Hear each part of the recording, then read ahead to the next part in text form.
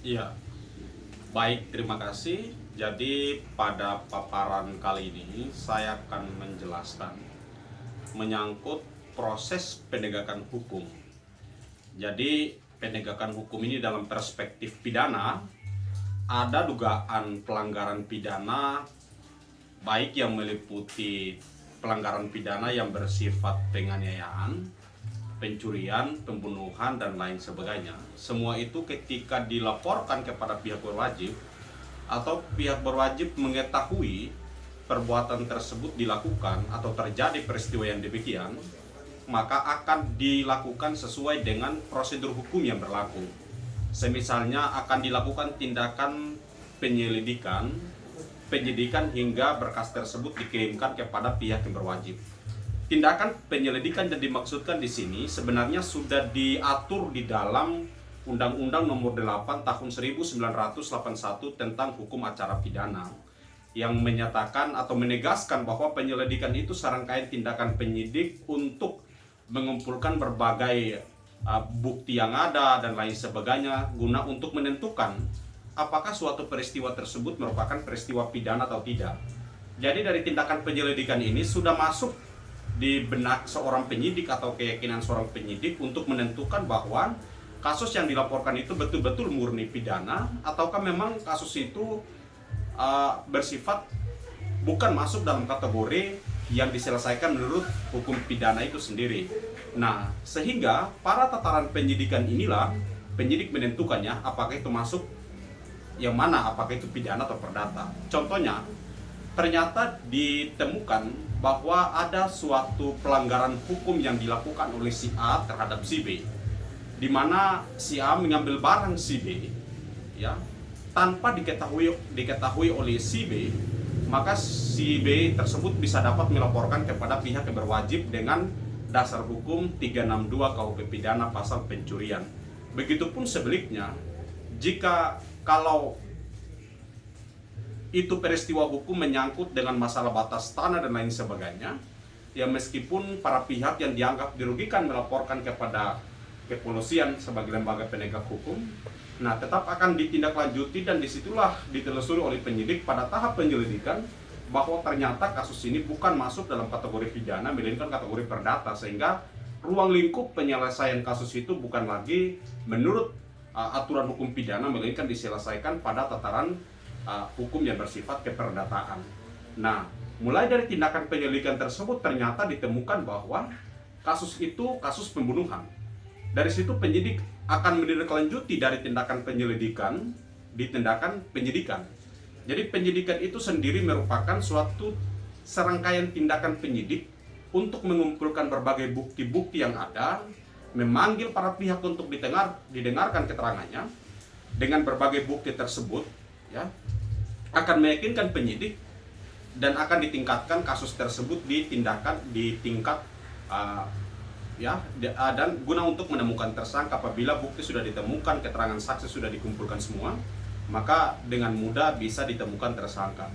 Jadi lagi-lagi kita tekankan bahwa kalau kasusnya sudah naik di tahap penyidikan, berarti buktinya sudah cukup dan tersangka bisa ditemukan, sehingga kasus hukum yang sudah naik di tahap penyidikan ini akan sangat sulit untuk dihentikan oleh penyidik dengan alasan bahwa bukti tersebut tidak mencukupi. Bukankah di tindakan penyidikan itu buktinya sudah cukup sehingga kasus dari tindakan penyelidikan masuk ke tindakan penyidikan. Nah, setelah penyidik melakukan proses penyidikan berlangsung, kemudian penyidik melakukan atau mengirimkan berita acara pemeriksaan tersebut kepada pihak berwajib, yakni pihak penuntut umum, ya. Di pihak penuntut umum itu ketika dikirimkan ke sana pasti diteliti oleh jaksa peneliti. Tapi sebelum penyidik mengirimkan berita acara pemeriksaan atau BAP tersebut kepada pihak yang berwajib, maka ketika pada awal proses ditentukan kasus itu masuk pada tahap penyidikan, penyidik sudah mengirimkan surat pemberitahuan penyidikan kepada pihak kejaksaan. Alasannya karena apa? Supaya jaksa sebagai lembaga penuntut umum juga mengetahui bahwa ternyata ada kasus hukum yang sudah dilakukan penyelidikan dan penyidikan oleh penyidik, ya, dan itu bisa dikontrol sejauh mana berlangsungnya kasus tersebut. Jadi penyidik tidak hanya secara sendirian menetapkan tersangka segala macam, dinaikkan tahap dari penyelidikan ke penyidikan tanpa diketahui oleh pihak kejaksaan. Undang-Undang Nomor 8 1981 tentang hukum acara pidana mengatur bahwa ketika dinaikkan tahap dari penyelidikan ke penyidikan, maka penyidik dapat mengirimkan surat pemberitahuan dimulainya penyidikan tersebut kepada pihak kejaksaan untuk mengetahui langkah-langkah hukum yang dilakukan oleh penyidik ketika dalam proses penyidikan tersebut. Nah, dengan demikian ketika penyidikan itu penyidik menganggap bahwa berita acara pemeriksaan tersebut sudah lengkap, maka berita acara itu dikirimkan oleh penyidik kepada kejaksaan. Dikirimkan ke sana itu tahap pertama ya. Tahap pertama hanya penyidik mengirimkan berita acara pemeriksaan tersebut. Nah, ketika dikirimkan ke sana, maka jaksa peneliti akan meneliti kelengkapan BAP yang dikirim oleh pihak penyidik. Ketika jaksa diberikan waktu selama 7 hari untuk meneliti, apabila dalam waktu 7 hari tersebut, ya, jaksa dalam proses penelitian terhadap BAP yang dikirimkan oleh pihak penyidik, jaksa menilai bahwa ternyata ada kekurangan di dalam BAP tersebut sehingga guna untuk kepentingan proses penuntutan, maka penyidik mengembalikan BAP tersebut kepada pihak penyidik untuk melengkapi BAP yang dikirim balik oleh pihak jaksa peneliti tersebut. Nah, jadi berkas yang dikirimkan kembali dari jaksa ke penyidik untuk dilengkapi sudah tentu bukan hanya dikirim di offer balik seperti kita bimbingan tesis maupun skripsi, tetapi di lain sisi di situ juga dijelaskan secara konkret, misalkan dilengkapi dengan keterangan. Contohnya, dia membunuh menikam dengan pisau, tapi pada saat dikirim ke sana pisaunya tidak disertakan, maka bisa jadi dalam keterangan di surat untuk dikirim balik ke penyidik, jaksa peneliti memberikan keterangan di situ, buktinya ini kurang, ya, harusnya saksi-saksi ini dipanggil untuk dilengkapi keterangan yang ada. Jadi itu dinamakan dengan P19 atau bolak-balik berkas perkara dari penyidik ke jaksa dan jaksa ke penyidik. Nah, kemudian setelah jaksa mengirimkan berkas tersebut kepada pihak penyidik, maka Undang-Undang Nomor 8 Tahun 1981 tentang hukum acara pidana memberikan kesempatan kepada penyidik selama waktu 14 hari untuk melengkapi. Ya, jadi dalam tataran waktu 14 hari, penyidik segera melengkapi BAP tersebut dan mengirimkan kembali kepada pihak kejaksaan. Memang demikian bahwa jaksa peneliti ketika meneliti berkas perkara tersebut dan mengirimkan kembali kepada pihak penyidik, ya, sebagaimana dijelaskan bahwa guna untuk mempermudah proses penuntutan di pengadilan. Nah, pada tahap inilah, titik inilah banyak kasus yang dihentikan oleh penyidik.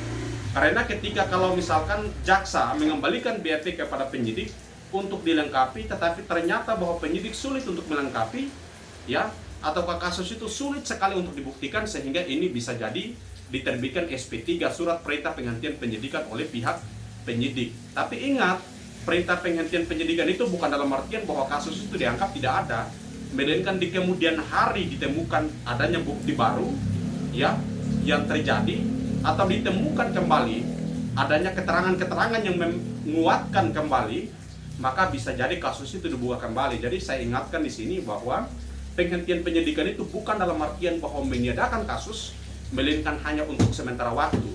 Gunanya untuk apa? Untuk memberikan kepastian hukum kepada orang yang ditangkap, ditahan, disangka, dan dihadapkan di depan persidangan tersebut.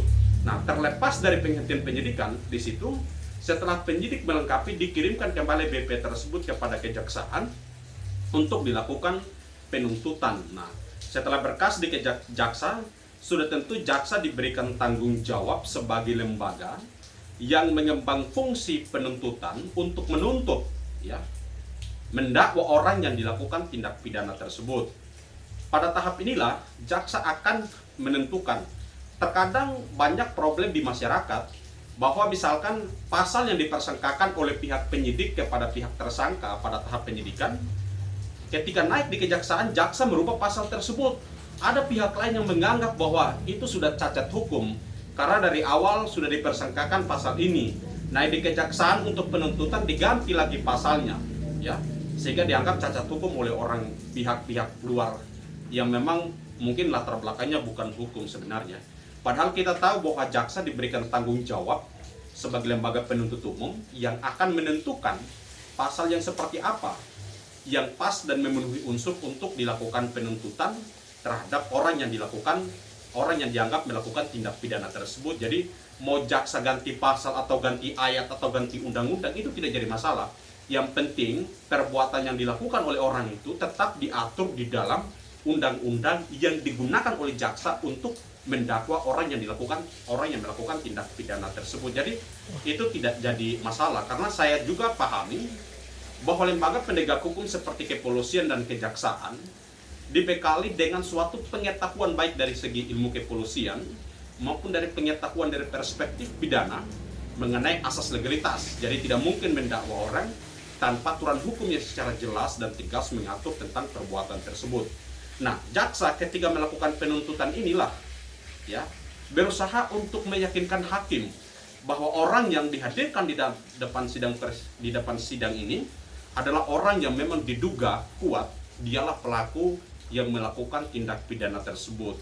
Setelah proses itu berlangsung, sudah tentunya ancaman pidana di atas 5 tahun, maka bisa jadi negara diberikan tanggung jawab untuk menghubungi atau mendatangkan penasihat hukum untuk pihak terdakwa tersebut. Nah, argumentasi ini berkaca dari sebuah dasar hukum yang pernah dipelopori ya, pernah diterapkan di Indonesia sebelum adanya Undang-Undang Nomor 8 1981. Kan hukum acara pidana kita mempergunakan HIR ya, ketentuan dalam HIR yang dimana pihak terdakwa, pihak yang diduga melakukan tindak pidana itu nggak perlu didampingi kuasa hukumnya, cukup dia maju dengan sendirinya saja ke sana ya. Proses penyidikan itu secara tertutup dan peluang besar dipaksa itu tersangka untuk mengakui perbuatannya, dan itu memang menitik beratkan kepada tidak ada perlindungan terhadap hak asasi manusia. Tersangka diproses secara sewenang-wenang, dihadirkan di depan persidangan, kemudian diadili di depan sidang pengadilan tanpa didampingi oleh kuasa hukum dan lain sebagainya.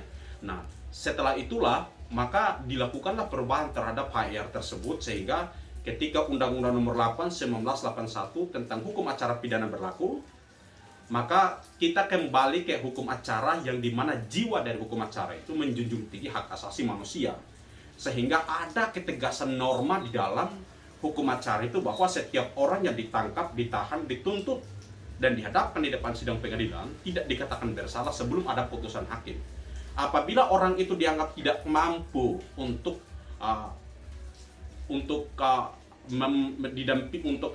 membayar jasa hukum dan lain sebagainya, maka negara Undang-Undang nomor 48 2009 tentang kekuasaan kehakiman, di situ diamanatkan bahwa negara tetap memiliki tanggung jawab untuk memberikan penasehat hukum kepada pihak atau tersangka yang diduga melakukan tindak pidana tersebut. Nah, ini semua semata-mata untuk apa? Agar ada keadilan di situ, meskipun dia melakukan tindak pidana, tetapi tidak secara sewenang-wenang kita menangkap, menahan, kemudian memasukkan dia ke dalam penjara, melainkan harus melalui prosedur hukum yang jelas. Terlepas dari situ, di tahap persidangan itulah jaksa dia menuntut, ya, jaksa dia mendakwa, pengacara dia membela. Argumentasi ini, ya, berbagai perdebatan argumentasi ini muncul di pengadilan sampai pada dimana dari pihak jaksa berusaha untuk meyakinkan hakim bahwa orang yang dihadirkan di sini dialah yang melakukan tindak pidana, sementara dari kuasa hukum dia mengkarter apa yang didakwa oleh jaksa tersebut dalam konteks melakukan pembelaan. Dari sinilah semua kembali ke hakim. Kembali ke hakim untuk memutuskan, bukan hanya hakim memutuskan sekedar apa yang dia inginkan semata, tetapi hakim juga terikat dengan undang-undang. Di dalam ilmu hukum pidana, sistem pembuktian dalam konteks penjatuhan putusan oleh hakim itu bersifat Wetterlich-Bewitz teori. Artinya berdasarkan pada dua alat bukti ditambah keyakinan hakim. Jadi tidak bisa positif Wetterlich-Bewitz teori, melainkan negatif Wetterlich-Bewitz teori. Tidak bisa berdasarkan hukum positif semata saja, tetapi juga harus berdasarkan kepada keyakinan hakim itu dengan adanya bukti yang dua alat bukti yang cukup sebagaimana diatur dalam pasal 184 tentang hukum acara pidana, ya. Dalam konteks pembuktian inilah Undang-Undang Nomor 8 1981 tentang Hukum Acara Pidana pada pasal 184 telah mengatur tentang jenis dari alat bukti. Ada keterangan saksi, keterangan ahli, surat petunjuk, dan keterangan terdakwa. Jadi 5 inilah yang digunakan di situ untuk menjadi dasar pertimbangan bagi hakim tentang bukti permulaan yang cukup untuk diduga orang itu melakukan tindak pidana. Kalau dalam kasus secara de facto atau secara real di lapangan, ternyata kasus itu sulit sekali dibuktikan. Tindak pidana dilakukan dengan tidak ada orang yang melihatnya, hanya ada CCTV. Maka kita akan mengerahkan kepada bukti petunjuk, ya. Kemudian luka yang ada di tubuh korban itu kita akan datangkan ahli di situ dengan keterangan ahli dari kedokteran dan dari dokter dan lain sebagainya. Itulah yang akan memperkuat bahwa yang pertama ada bukti petunjuk CCTV, kemudian ada keterangan dari ahli, dengan 2 alat bukti ini ditambah keyakinan hakim, bisa putusan dijatuhkan di situ. Ya, jadi lagi-lagi saya jelaskan bahwa 5 alat bukti itu menjadi dasar yang digunakan oleh hakim untuk memutuskan suatu perkara, ya, yang didasarkan dengan keyakinannya. Jadi keyakinan hakim saja tidak bisa, harus didasarkan pada sekurang-kurangnya 2 alat bukti yang ada pada pasal 184 KUHP. Bahkan hakim kalau memutuskan di luar itu dianggap tidak sah. Ya, dianggap putusan itu batal demi hukum, karena memang prinsipnya itu harus bukti yang cukup di situ. Nah, saya pikir pada saat itulah ketika hakim menjatuhkan keputusan, maka jaksa dalam Undang-Undang Nomor 16 2004 tentang Kejaksaan Republik Indonesia diberikan tanggung jawab untuk melaksanakan eksekusi atau mengeksekusi putusan pengadilan itu. Jaksa membawa itu si terdakwa, ya, setelah putusan jatuh dia terpidana, dibawa ke lembaga pemasyarakatan. Tapi ketika putusan dijatuhkan, sudah tentu hakim menanyakan apakah para pihak mau melakukan upaya hukum atau menerima putusan ini. Ketika mereka menerima putusan, maka yang terdakwa tersebut yang sudah statusnya naik dari terpidana akan diproses sesuai dengan peraturan hukum yang berlaku, ya. Nah, dari situlah akan diharapkan orang yang diproses ini keluar untuk menjadi orang baik. Lagi-lagi putusan itu dijatuhkan bukan dalam rangka untuk membalas dendam orang itu atas perbuatannya melakukan tindak pidana, melainkan putusan itu dijatuhkan untuk mendidik orang itu, mengajarkan kembali orang itu agar tidak mengulangi lagi perbuatannya dan kembali ke masyarakat menjadi orang yang baik. Disitulah akan dibina di lembaga pemasyarakatan. Saya kira cukup, sekian dan terima kasih.